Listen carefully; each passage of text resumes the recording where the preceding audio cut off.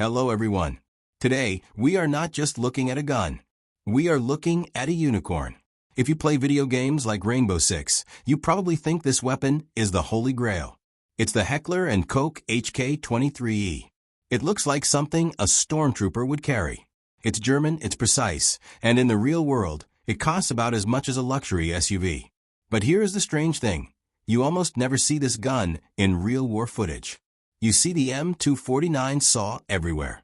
You see the Russian PKM everywhere. But the HK23E, it's a ghost. Why? Was it too good? Was it too expensive? Or was it just misunderstood? Today we're going to tell the story of how German engineers tried to reinvent the machine gun using physics tricks, how they tried to sell it to the US Army, and why, despite being a mechanical masterpiece, it failed. And don't worry if you don't know anything about guns. By the end of this video, you'll understand how this machine works better than most soldiers. Let's disassemble the myth of the HK23E. To understand this machine gun, we have to look at its family. And this is a very famous family. It all starts in the ruins of Germany after World War II. German engineers at the Mauser factory had a problem. We have no money, no rare metals, and we need to build guns. So, instead of carving guns out of solid blocks of steel, which is expensive, they decided to make guns out of stamped sheet metal. Think of it like how car bodies are made. You take a flat sheet of steel, punch it into shape, and weld it. It's cheap, it's fast, and it's strong. In the 1950s, this idea created the G3 rifle. The G3 became the standard rifle for the German army. It was a tough, rugged battle rifle. Heckler Koch HK looked at the G3 and had a brilliant idea. They thought, what if we treat guns like Lego sets? They realized that if they kept the main body, the receiver, the same, they could just swap out the parts to make different guns. Put in a tiny barrel and tiny bullets, you get the MP5 submachine gun, the one the SAS uses.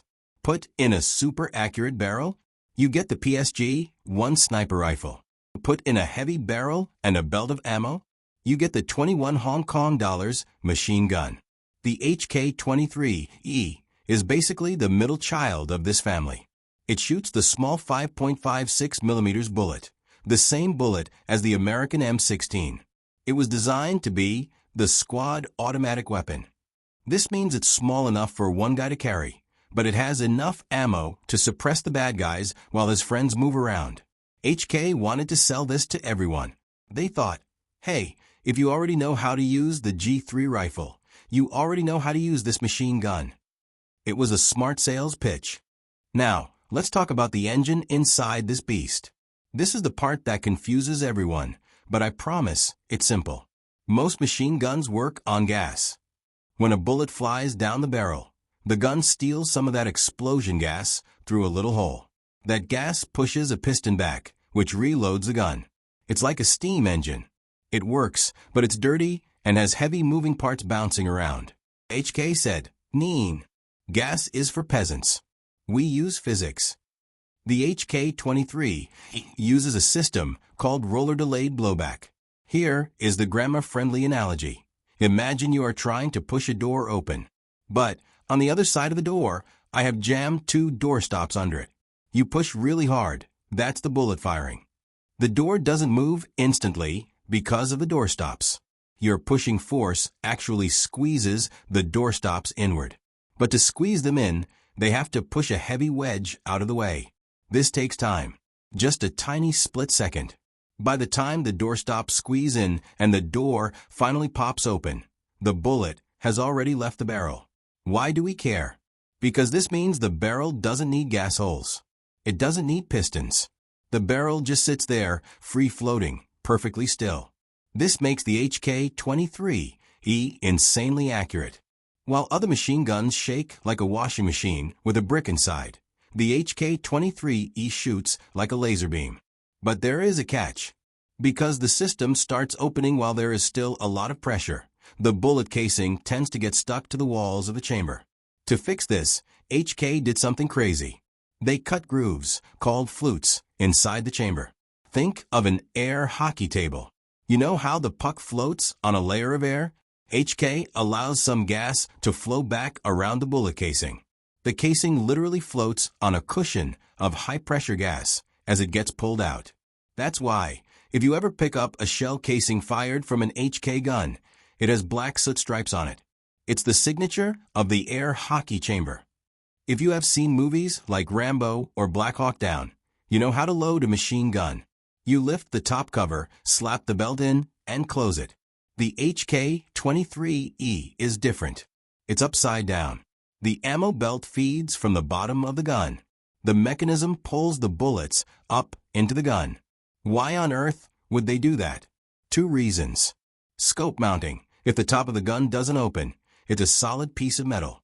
That means you can mount a scope on top, and it will never lose its zero. Again, HK was obsessed with accuracy. Modularity. Remember the Lego idea? The entire belt feed mechanism is a separate box.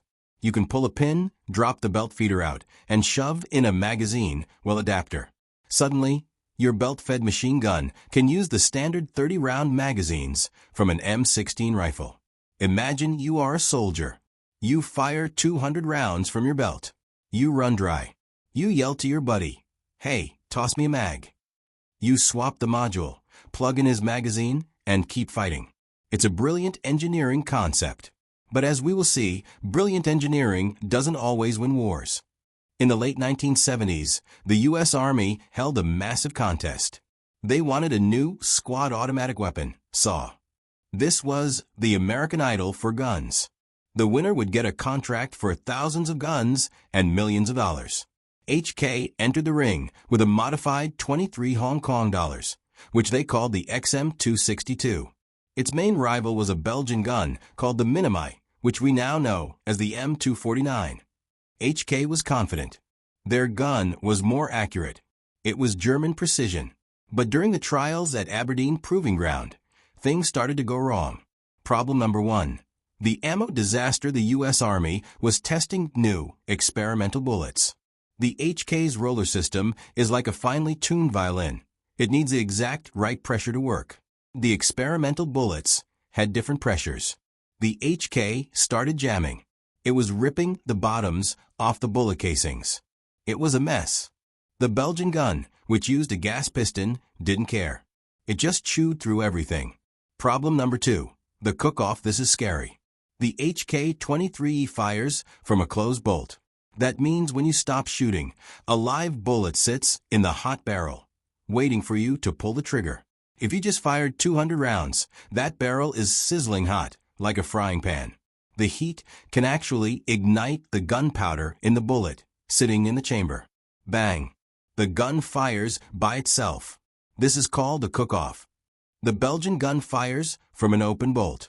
When you stop shooting, the bolt stays back, leaving the chamber empty and open to the air to cool down. It's much safer for a machine gun. Problem number 3. The plastic box incident. This is almost funny. The Army required a plastic box to hold the ammo belt so it wouldn't dangle and snag on bushes. HK didn't have time to design one. They showed up without it. The Army testers said, "How are we supposed to carry the ammo?" HK shrugged. Meanwhile, the Belgian gun had a nice plastic box. It looked like a finished product.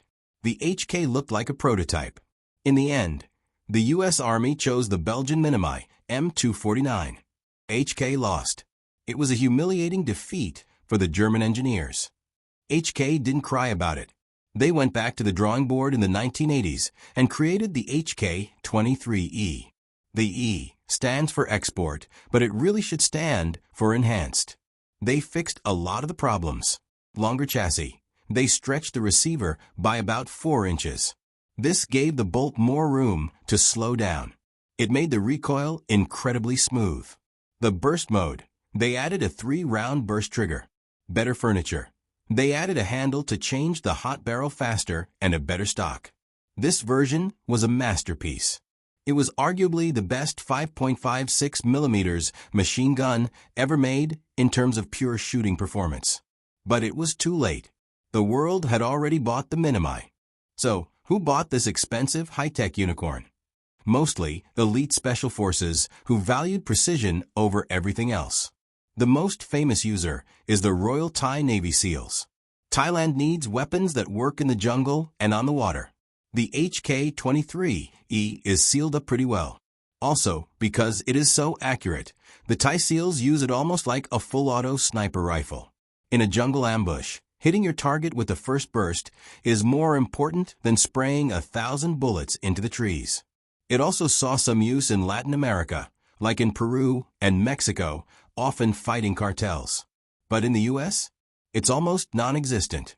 Because of gun laws banning new machine guns in 1986, there are only a handful of real HK23ES in the country. If you want to buy one today, you are looking at paying $50,000 to $100,000. It is literally the price of a Porsche. If real soldiers rarely use it, why do we all know what it is? 2 words, Tom Clancy. In the early Rainbow Six and Ghost Recon games, the developers looked at the stats. They saw high accuracy and high firepower and decided, this is the best gun. In games like Rainbow Six, Raven Shield, the HK23E was a cheat code. It had the ammo of a machine gun, but the accuracy of a sniper rifle. It created a generation of gamers who believe this is the ultimate weapon. And, in a way, they are right. In a video game, you don't have to clean the carbon out of the chamber flutes. You don't have to pay $100 for a spare part. You just enjoy the German engineering. The HK23E is a tragedy of engineering. It tried to be too perfect in a world that just wanted good enough. It tried to use physics to solve problems that didn't really need solving. But that's why we love it.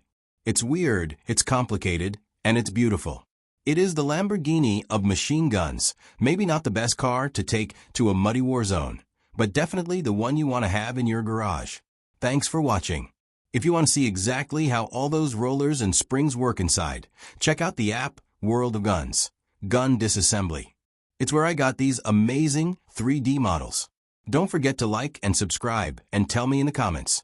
Would you rather have the precision of the HK23E or the reliability of the M249? See you next time.